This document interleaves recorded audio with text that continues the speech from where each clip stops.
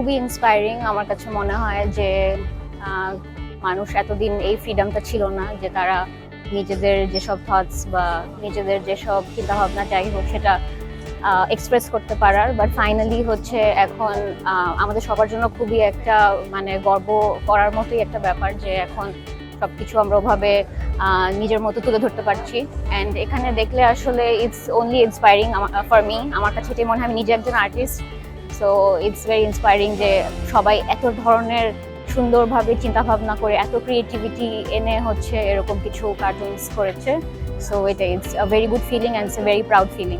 যেহেতু আমাদের social media অনেক বড় একটা প্ল্যাটফর্ম, তো ভিজুয়াল ইলাস্ট্রেশন যেটাকে বলে বা কার্টুন যে জিনিসগুলোকে বলে, এগুলোর থ্রুতে কিন্তু আমরা অনেক ধরনের মেসেজ তুলে আনতে পারি, যেটা হয়তো আমরা অন্য কোনো মাধ্যমে আনতে পারবো না একটা স্ট্যাটিক ইমেজের থ্রুতে। সো কার্টুনের অনেক বড় একটা ভূমিকা ছিল এখানে।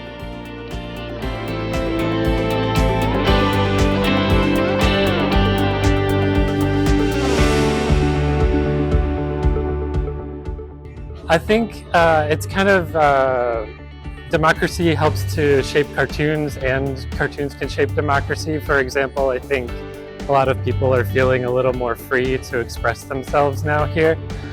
But then also, cartoons can kind of get a message across, and they can get past some of the normal censorship also, usually, because they can mean multiple things.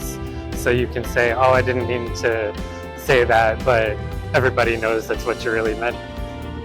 আপনি যদি এই আন্দোলনের সময়ে মানুষের সংযোজনটাকে যদি খেয়াল করেন, দেখবেন মানুষ সোশ্যাল মিডিয়াতে বিশেষ করে ছবি শেয়ার করেছে, লিখেছে এবং কার্টুন শেয়ার করেছে। এই যে মানুষের কথা বলতে না পারার যে জায়গাটা ছিল, সেই জায়গাটাতে কিন্তু কার্টুন কিন্তু একটা হাতিয়ার হিসেবে তৈরি হয়েছে। এবং সেই কারণে মানুষের সাথে, গণমানুষের সাথে কার্টুনিস্টের একটা সম্পর্ক যেমন তৈরি হয়ে গেছে, সেই কারণে কার্টুন কিন্তু এখন শুধু কার্টুনিস্টদের ভাষা না, এখন গণমানুষের ভাষা হয়ে গেছে।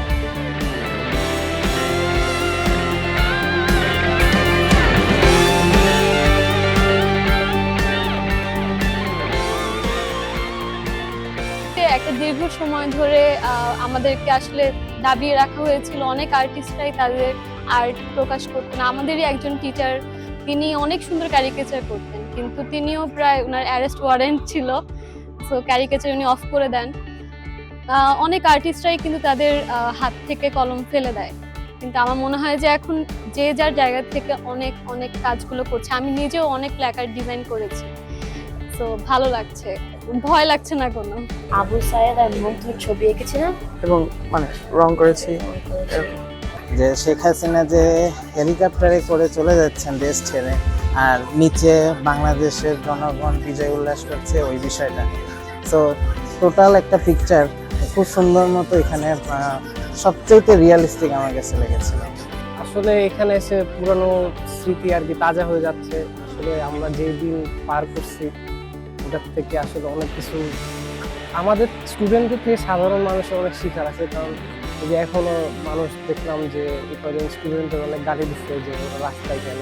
এখন আবার অনেকে বলতেছে ওরা কেন রাস্তায় নেয়, কারণ রাস্তায় অনেক ইনডিসিপ্লিন হচ্ছে। তো আমার মতে সাধারণ মানুষ একটু সতর্ক হওয়া উচিত।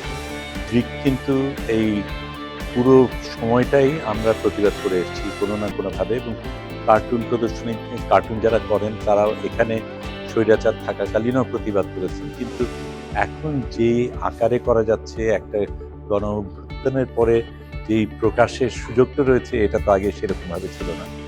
এটা জনগণের সাথে শেয়ার করা, এই আনন্দটা সকলে মিলে করা। তার বাইরে একটা জিনিস রয়েছে, সেটা হচ্ছে কার্টুন কিন্তু কিছু জিনিস পারে যেটা অন্যান্য মাধ্যম অত সহজে পারে না। কৌতুককে, ব্যঙ্গকে ব্যবহার করে অনেক ফাঁক দিয়ে অনেক কিছু বলার সুযোগ আছে, যেটা মানুষকে একভাবে স্পর্শ করে আবার পৌঁছানোও যায়। সেই সুযোগটাকে কাজে লাগানো।